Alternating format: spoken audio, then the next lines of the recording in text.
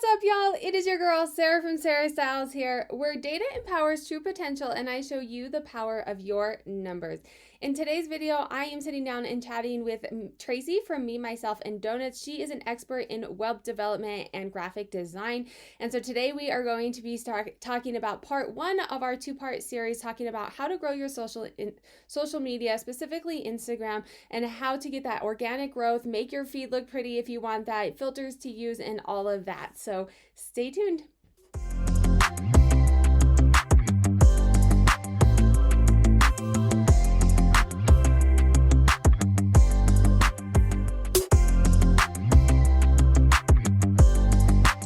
Welcome, Tracy, so much for coming. I'm so excited to have you here. Tracy and I have been trying to schedule this for probably a year, and like life happens, pandemics, and it's just been wild. So I am so excited to have Tracy here. If you are not familiar with Tracy, Me, Myself, and Donuts, she is a reseller, and she also has an amazing Instagram and starting to grow her TikTok as well. I will let Tracy introduce herself a little bit, but she has a background in graphic design, web development, so she really knows her stuff when it comes to social media, as well as background algorithm stuff for Poshmark and reselling. So this is going to be a two-part series.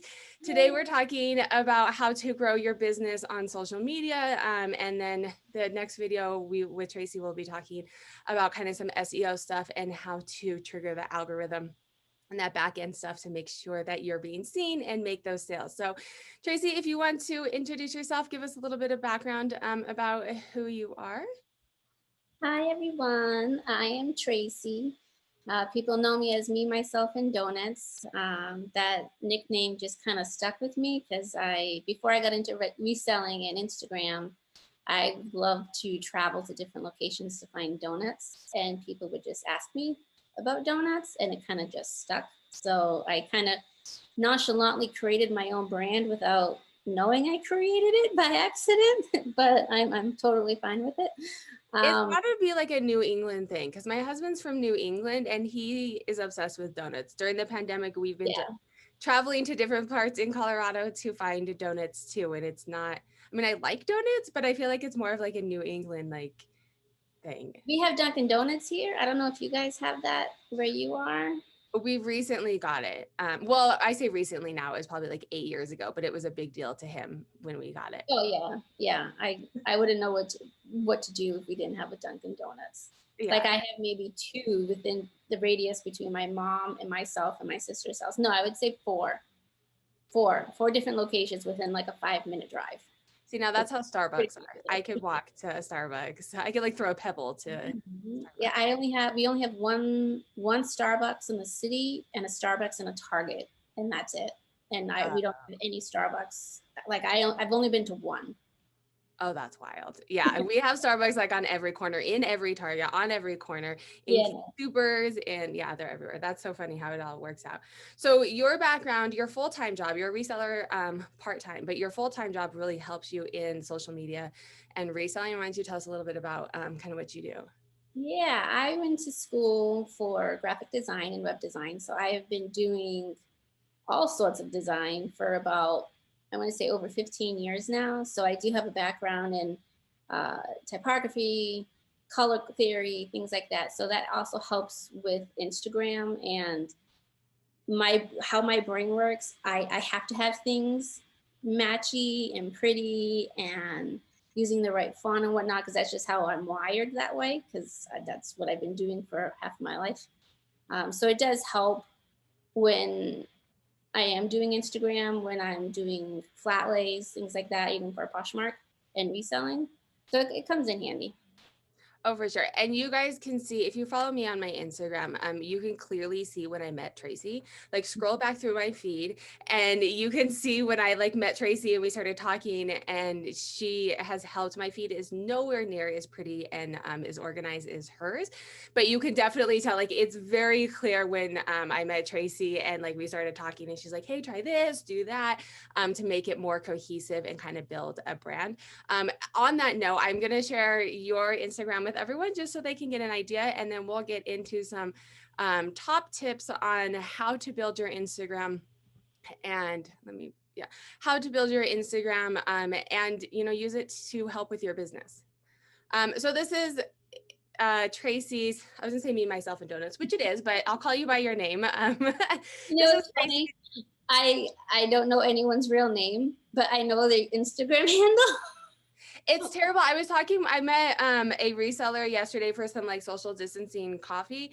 And I told her like when we start doing pods and sips and stuff again, people need to have their regular name, but then also like their handle and their profile picture. And Yeah. people are not, it came up because she changed her profile picture and I couldn't find her. Because Yeah. I was looking for the picture, I typed it. I'm like, you're never allowed to change your profile picture, and you have to like, when I meet you in real life, I need to know what your handle is Yeah. instead of your name.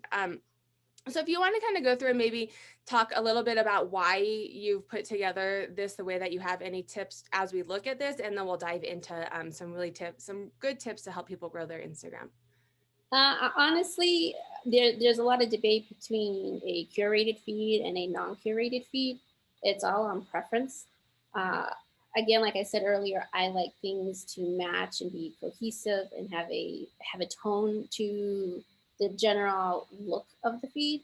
When I look at my feed, I envision it as a mini website. So when I design a website, by nature for me, I try to make everything balanced and color corrected. And if I need a quote, if I need a photo of myself or a tip, it all balances out. It's taken me a little while to figure out how I wanted to change my feed.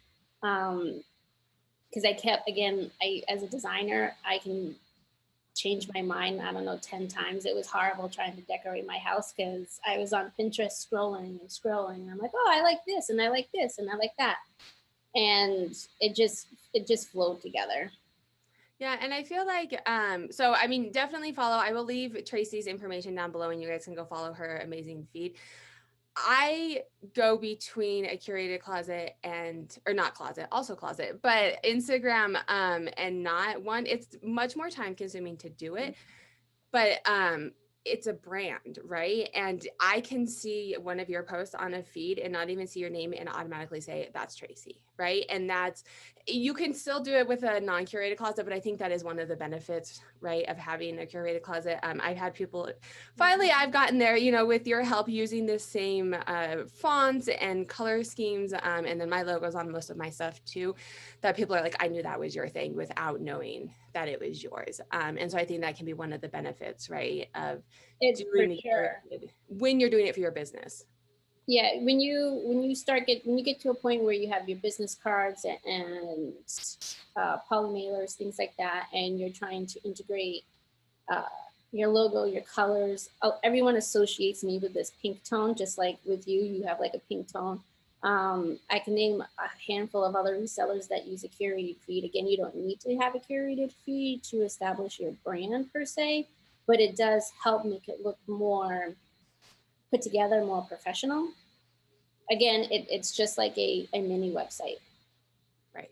And it's amazing in the day and age that we live in that you can do this all for free. It's time consuming, but we have free marketing, YouTube, TikTok, Mhm. Instagram, Facebook, all of these things to be able. So let's dig in and get some tips for the viewers, the followers on. Let's start a little bit with a curated. If people are wanting to do this curated closet and they don't have a background, this was a big struggle for me.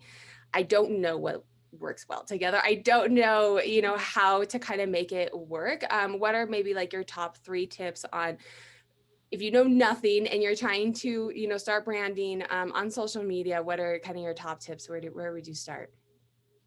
I've gotten this question a lot. My biggest recommendation, a lot of people are not into like a color tone like I am, or unsure how to organize a little bit. I would recommend using a preset or a filter. Preset you can get on Etsy. Use it in Lightroom app. You can also use PicTapGo. There's so many apps you can use for filters and presets. My biggest recommendation would just to make all your photos bright and a high contrast. I think that cleans up everything. So even if you are posting something on the whim or you have something planned, as long as it's bright and with a high contrast, it will grab attention. and make your feed still cohesive, but not have to worry about matching so much like my feed. Yeah. And that's so I've done a video. You guys can check out the video. I'll link it down below. Or make a note of that link. Picked up because Tracy did tell me about Pick Tap Go. I tried a couple of presets, and for me, it was a struggle because I like pink, but then I made everything too pink, and then it was like making my color and it was just and maybe I'll try it again, but I was like, I don't know how to do this. But Pick Tap Go is amazing because it has a natural setting. Mhm. And so it just kind of brightens it, and I don't have to worry about like changing my color tone, but just kind of brightening it. And I also use it. I shared the video for my reseller content because you can do the to all like a mass thing, right? Like you can make a filter for one and then I can apply it to the 400 photos that I just took and not have to edit each single one. So I do have a video on my YouTube. I will link that down below on how to use that. You can use it for Instagram as well.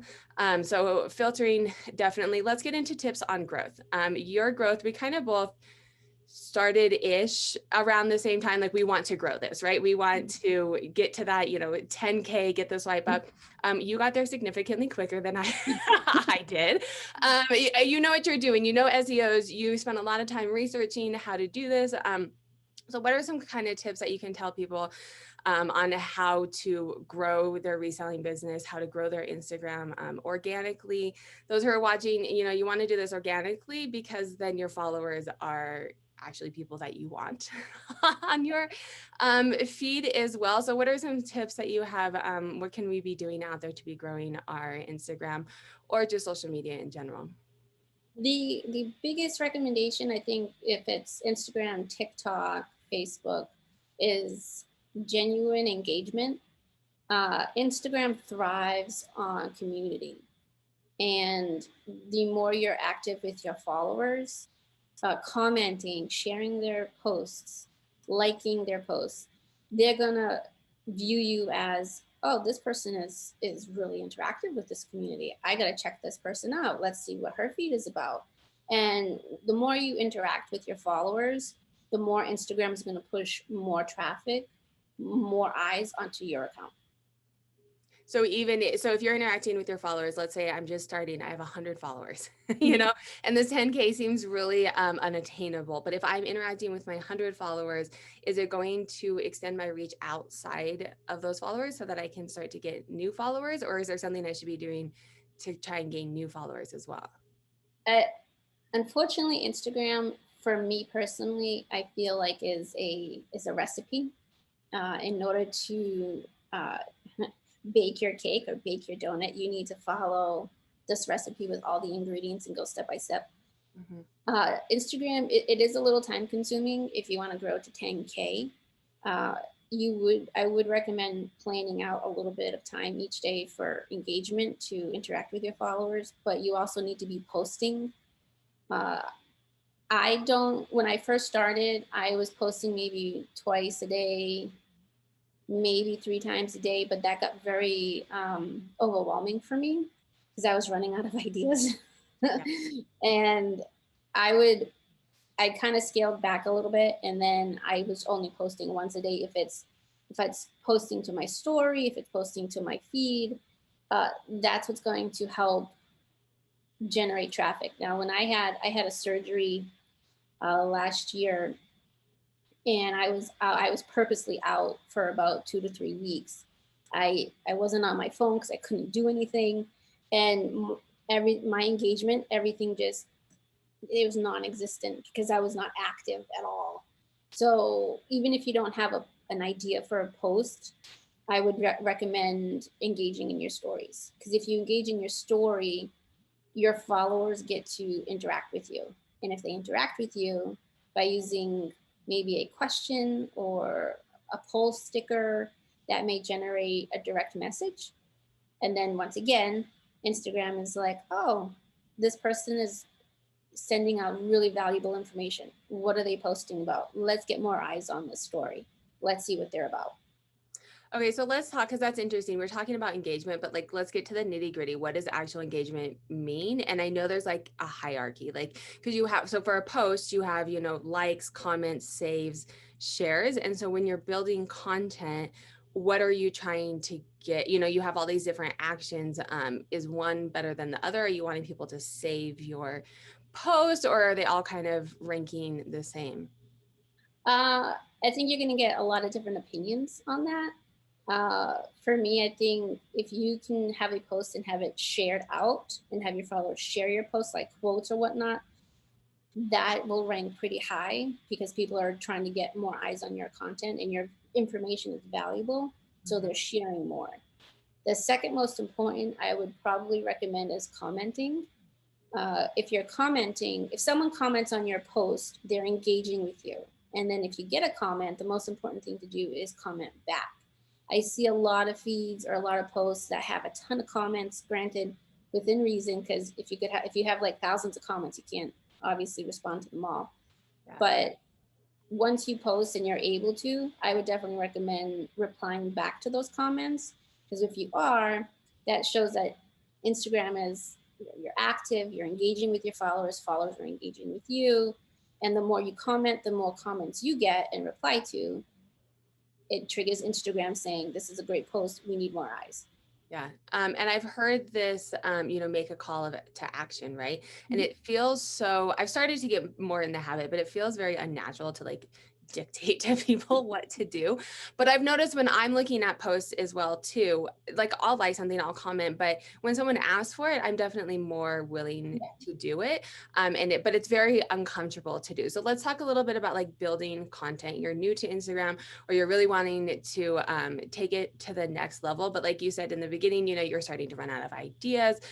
So what kind of, we want to build, I always recommend kind of working backwards, starting with what purpose, what do you want out of Instagram, and then building content that is going to engage with those people, shares, comments, things that you can do to get that. But what kind of recommendations do you have? I'm new to Instagram, I'm a reseller, or anybody else. This is my business, without just posting pictures of things that I'm selling. Like, how do I make that balance to be able to promote my business, but still continue to get followers? What kind of content? How do I build that content? I would recommend building a routine, like a schedule. So what helps to, when I first started, I would post. This was like 2 years ago, so forgive me if I can't remember. Um, I was, for example, say Mondays, I would post like a motivational quote on a Monday. Tuesday, I would do the first thing comes to my mind is transformation, but I can't think of anything transformation with research. I can think of fitness, but this it could be in regards to anything. Wednesday, so each day you could post a specific topic, and then that will help give you somewhat of an idea to just build that initial following, the initial feed of getting a what people what they say is a niche. So if you're posting between reselling and then cooking and then fitness and then randomness, your followers are going to get a little bit mixed up because they're not going to know what your feed is about. Yeah. um, when I first started, I was posting about, again, my dog, and there is no clear topic that I was talking about. So I think if you have a clear idea of what that is and what you want to get out of Instagram, for example, if you want, I can't sell anything on my Instagram to save my life. Yeah. Doesn't work. I tried it. It just doesn't happen for me. But I also gear my Instagram towards teaching and sharing my latest finds or what my parents are doing. So if you want to tailor your Instagram to either generating sales or towards teaching or towards cooking or squatting and doing CrossFit, things like that, uh, I would try to narrow down a little bit more and then branch out a little bit. Yeah. And I think that's true. I remember talking to you one time too and saying, like, when someone looks at your feed, they should know what you're about, right? You look at your feed, you can clearly see that you're a reseller. Maybe not if you didn't know what a reseller was, but obviously, you have clothes and packages and, that kind of stuff. But then a little bit about your background, you have tips on there, every couple lines, there's some kind of tips on there that help, share. I know I've definitely shared some of your tips too. So triggering that algorithm, hashtags. there's so many hashtags, how do we figure out what hashtag to use, and how to use hashtags to benefit us? Uh, the recommendation for hashtags is up to 30 hashtags per post. I would recommend curating between 2 to 3 or 3 to 4 different sets. You can use the same hashtags in each set, but change the order.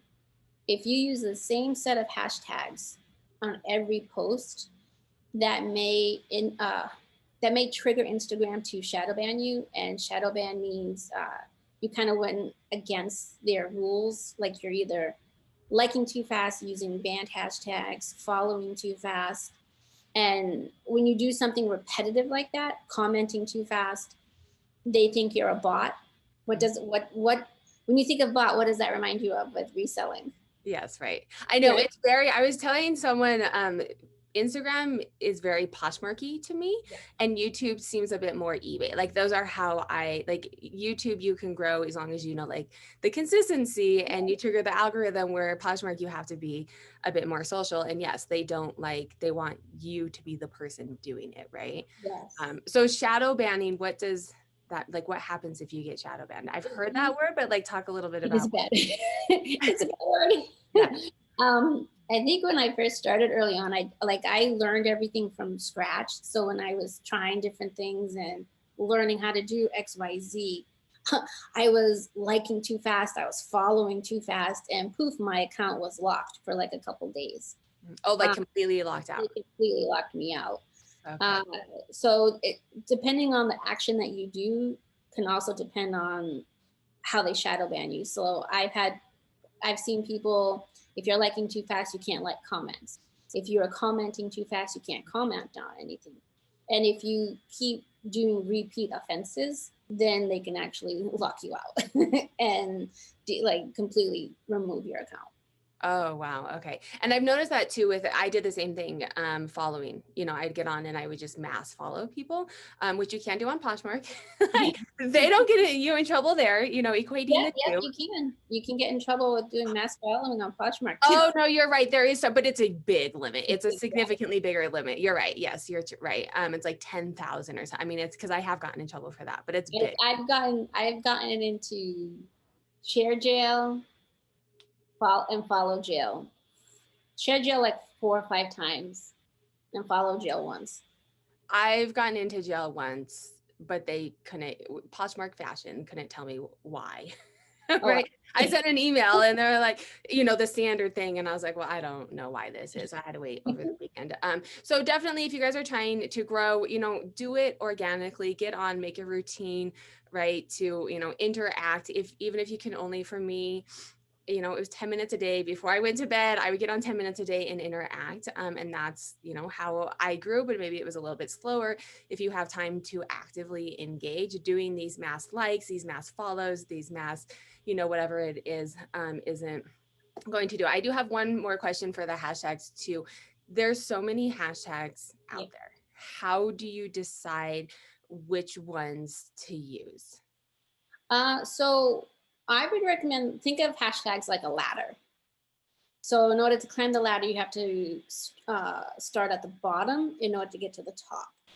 If you have an account with less than 5,000 or 500 followers, if you're using a hashtag, let's say, for example, Poshmark, the Poshmark hashtag has about, A it's zillion. in the millions of like it's like 2.3 point something million posts.